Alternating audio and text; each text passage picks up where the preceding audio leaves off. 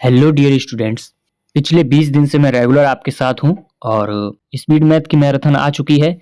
आज अर्थमेटिक की मैराथन है। मॉडरेट टू हार्ड लेवल के क्वेश्चंस हैं। जिन लोगों ने भी इंग्लिश की ये बुकलेट जो कि आपको सिर्फ रिवीजन फॉर्म में दी जा रही है, इसके अलावा अर्थमेटिक की बुकलेट लास्ट टाइम पर आप रिवीजन करें, बहुत अच्छे लेवल के क्वेश्चंस हैं। इस वीडियो का डिस्क्रिप्शन जरूर चेक करें, डिटेल्ड वीडियो का लिंक आपको मिल जाएगा। इन बुकलेट्स को आप कैसे ले सकते हैं और इनमें क्या है। आज की वीडियो हम शुरू करते हैं। पहला क्वेश्चन आपके सामने है। एक शॉपकीपर के पास 128 लीटर का मिक्सचर है मिल्क एंड वाटर का, जो कि 5:3 के रेशियो में है। 32 लीटर का मिक्सचर वो बेच देता है और x लीटर पानी मिला देता है। तो अब जो क्वांटिटी बनेगी उसमें मिल्क और वाटर का रेशियो होगा 10:7। तो हमें x की वैल्यू फाइंड करनी है। देखिए 128 टोटल दिया गया है, जिसमें मिल्क और वाटर का जो रेशियो दिया है वो कितना दिया है, 5:3, यानी कि ये 8 यूनिट की वैल्यू है। तो 1 यूनिट की कितनी वैल्यू हो जाएगी यहाँ से, 16। इस हिसाब से 5 यूनिट की वैल्यू हो गई 80 और ये हो गई 48। मिल्क और वाटर 80 लीटर और 48 लीटर। इसके बाद सेकंड चीज दी हुई है हमें, 32 लीटर मिक्सचर को बेच दिया गया है। अब ये जो 32 लीटर निकाला जाएगा मिक्सचर में से, ये भी 5 और 3 के रेशियो में निकलेगा। इसका मतलब है ये जो 8 रेशियो है यही 32 में बटेगा। इस हिसाब से एक रेशियो आएगा 4 लीटर के बराबर। आप देखिए सवाल शुरू करते हैं।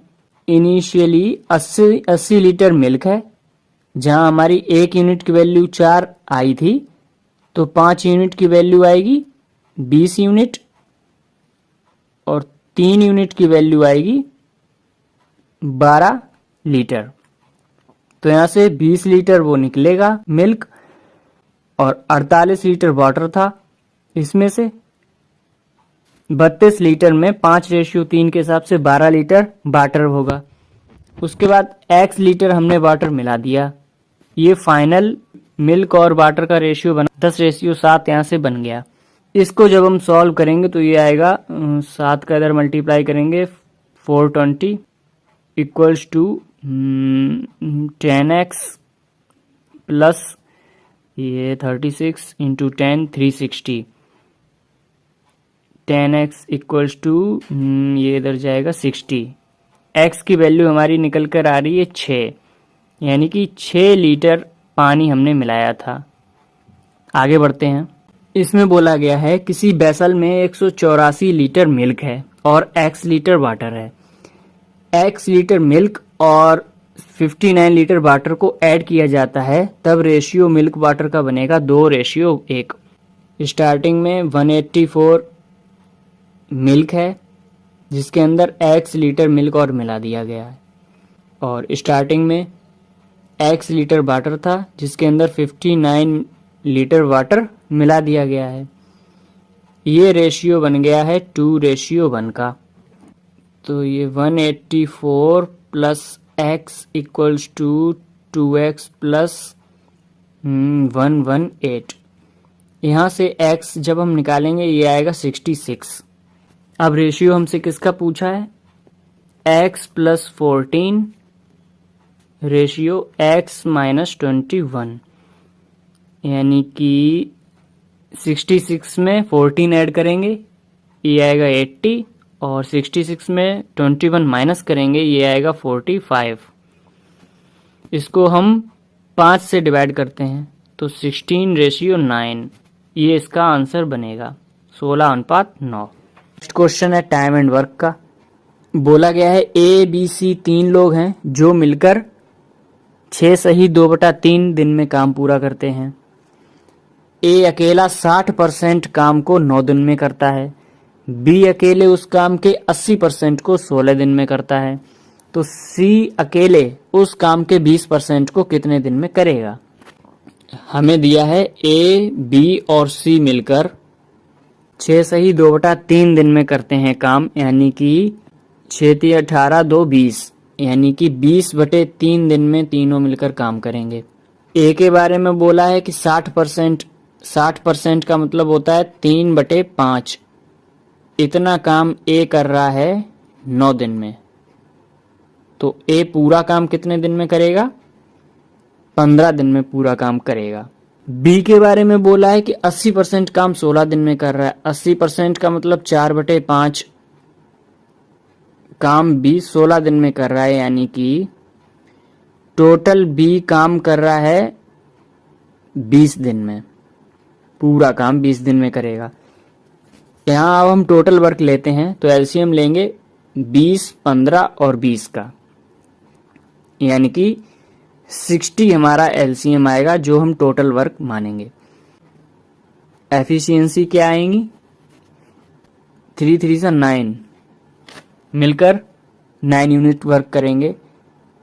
ए करेगा 4 यूनिट और बी करेगा 3 यूनिट। तो अगर ए करेगा 4 यूनिट काम, बी करेगा 3 यूनिट काम, तो 4 3 7 यूनिट हो गया, टोटल 9 यूनिट है, यानी कि सी कितने यूनिट करेगा? 2 यूनिट काम करेगा। टोटल काम कितना है? 60। इसका 20% कितना होता है? 12। ये काम करना है सी को। सी की एफिशिएंसी 2 है, यानी कि सी इस काम को कर लेगा 6 दिन में। 6 दिन में सी इस काम को पूरा कर लेगा। इसको करिए। बोला गया है 3 कंटेनर हैं, इक्वल कैपेसिटी के हैं। ध्यान रखने वाली बात है, इक्वल हैं। कोई ए है पहले, तो उसके अंदर वाटर और स्पिरिट का रेशियो है 4:11। वाटर और स्पिरिट 4 और 11। कोई बी कंटेनर है, उसके अंदर 3 और 7 का है, 3 और 7 का है। और कोई सी कंटेनर है, उसके अंदर 2:3 का है। आगे बोला है इन सबको आपस में मिला दिया, तो हमें ये बताना कि मिलाने के बाद उस मिक्सचर में वाटर और स्पिरिट का रेशियो क्या हो जाएगा। देखिए सबसे ऊपर लाइन बोली गई थी इक्वल कैपेसिटी। यहाँ पर देखिए कितना हो रहा है? 11 4 15 होता है, यहाँ पर 7 3 10 होता है, यहाँ पर 5 होता है। ये तो इक्वल नहीं है, ये सारे अलग अलग हैं। यानी 15, 10 और 5 का एलसीएम क्या बनेगा? 30। 30 बनाने के लिए यहाँ 2 से मल्टीप्लाई करना होगा, यहाँ 3 से मल्टीप्लाई करना होगा और यहाँ 6 से मल्टीप्लाई करना होगा। चलिए अब आगे लिखते हैं इसको। 2 से करेंगे तो ये रेशियो बनेगा 8 और 22 का। 3 से करेंगे तो यहाँ 3 और 21 का। 6 से करेंगे तो यहाँ बनेगा 12 और 18 का। अब देखिए सारी वैल्यू 30 30 30 हो गई हैं तीनों कंटेनर की।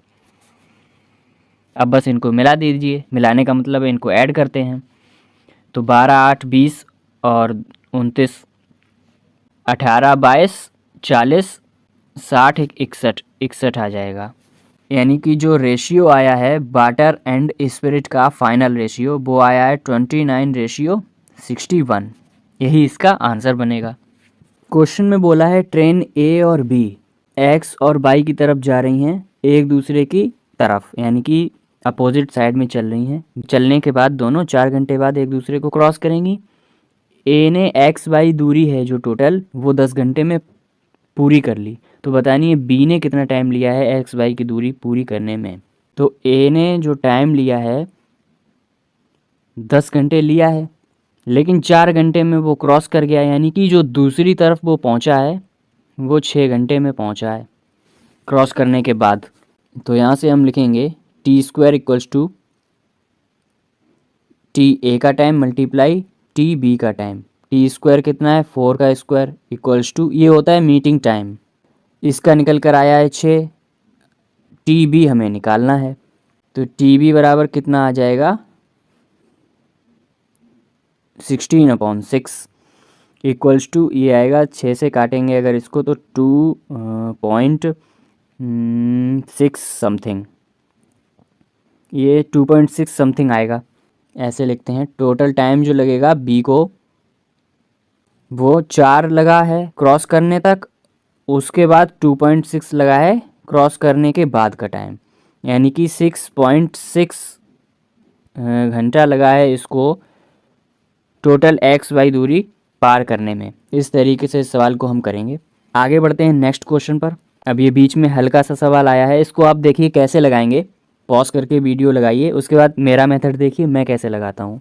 किसी शॉपकीपर ने 20 रुपये प्रति किलोग्राम के हिसाब से नमक को बेचा है, जबकि उसकी कॉस्ट प्राइस 25 रुपये प्रति किलोग्राम थी, लेकिन उसने 1 किलोग्राम के बाट की जगह पर 800 ग्राम वजन यूज़ किया है। तो हमें बताना है कि प्रॉफिट या लॉस जो हो रहा है वो कितने % का हो रहा है शॉपकीपर को। देखिए एक मेथड होता है, ट्रू वैल्यू है उसको कंपेयर करते हैं ट्रू के साथ, फॉल्स वैल्यू है उसको कंपेयर करते हैं फॉल्स के साथ, और कुछ करना ही नहीं है इसमें, बस यही मेथड लगना है। जो सीपी की बात करें, अगर सीपी क्या थी 25 रुपये, ये सीपी थी, ओरिजिनल बात है ये, लेकिन वजन कितना है ओरिजिनल 1000 ग्राम है। ये ओरिजिनल का कंपैरिजन कर दिया। अगर इसको हम डिवाइड करते हैं तो ये 1 रुपये की वैल्यू कितनी आएगी निकल कर, 25 से अगर इसको काटेंगे तो 40 बार जाएगा, 40 ग्राम। अब हम एसपी की अगर बात करें, यानी फॉल्स क्या थी कि उसने वो बता रहा है कि हमने 20 पे बेचा है, 20 रुपये प्रति किलोग्राम पे बेचा है, लेकिन वजन कितना यूज किया है 800 ग्राम यूज किया है। इसको जब हम सॉल्व करेंगे तो यहाँ से भी आएगा 1 रुपये की वैल्यू आएगी 40 ग्राम। यहाँ से हमें देखने को क्या मिल रहा है, सीपी और एसपी दोनों बराबर हैं, एसपी और सीपी दोनों बराबर हैं। इसका मतलब नो प्रॉफिट नो लॉस, ना ही प्रॉफिट हुआ है ना ही लॉस हुआ है इस पूरे लेन देन में। इस तरीके से इसको करेंगे, कोई फार्मूला नहीं है, सिर्फ ट्रू का वैल्यू का ट्रू के साथ कंपैरिजन, फॉल्स का फॉल्स के साथ कंपैरिजन। बाद में कमेंट में ज़रूर बताएं आप लोग कौन से क्वेश्चन का मेथड आपको सबसे अच्छा लगा। इसको करिए। इसमें बोला गया है कि प्रेजेंट टाइम में माता की उम्र अपने बेटे से 4 गुनी है। ये है प्रेजेंट मदर एंड सन, और 8 साल बाद की बात करी गई है। 8 साल में क्या हुआ है कि ये जो रेशियो है माँ बेटे का वो 16 और 5 बन जाता है। तो हम लिख लेते हैं कि प्रेजेंट में 4/1 है, बाद में ये 16/5 बन गया 8 साल बाद। इसमें पूछा है कि if x is square of the present age of son then the value of x+2। यहाँ रेशियो कितने का है, यहाँ अंतर है देखिए 3 का, यहाँ अंतर है 11 का। पहले ये अंतर बराबर करना है हमें। इसका मतलब है यहाँ 11 से मल्टीप्लाई होगा दोनों तरफ, यहाँ 3 से मल्टीप्लाई होगा दोनों तरफ। ये बनेगा 48/15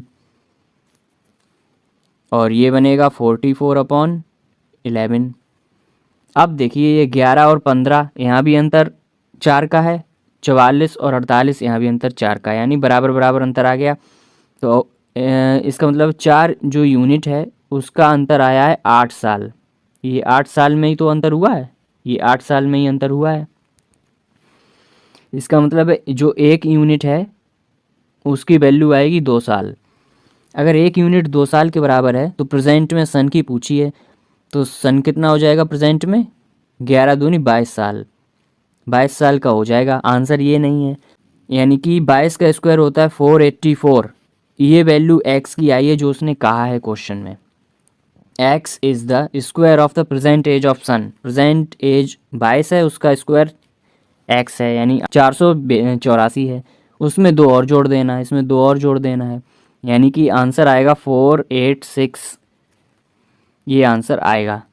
तो बताइए क्वेश्चन कैसा लगा आपको। आसान क्वेश्चन को बस सिर्फ एक ये लास्ट लाइन से घुमा दिया गया। नेक्स्ट क्वेश्चन पर चलते हैं। ये बहुत इंपॉर्टेंट, आज की क्लास का सबसे इम्पॉर्टेंट क्वेश्चन है ये।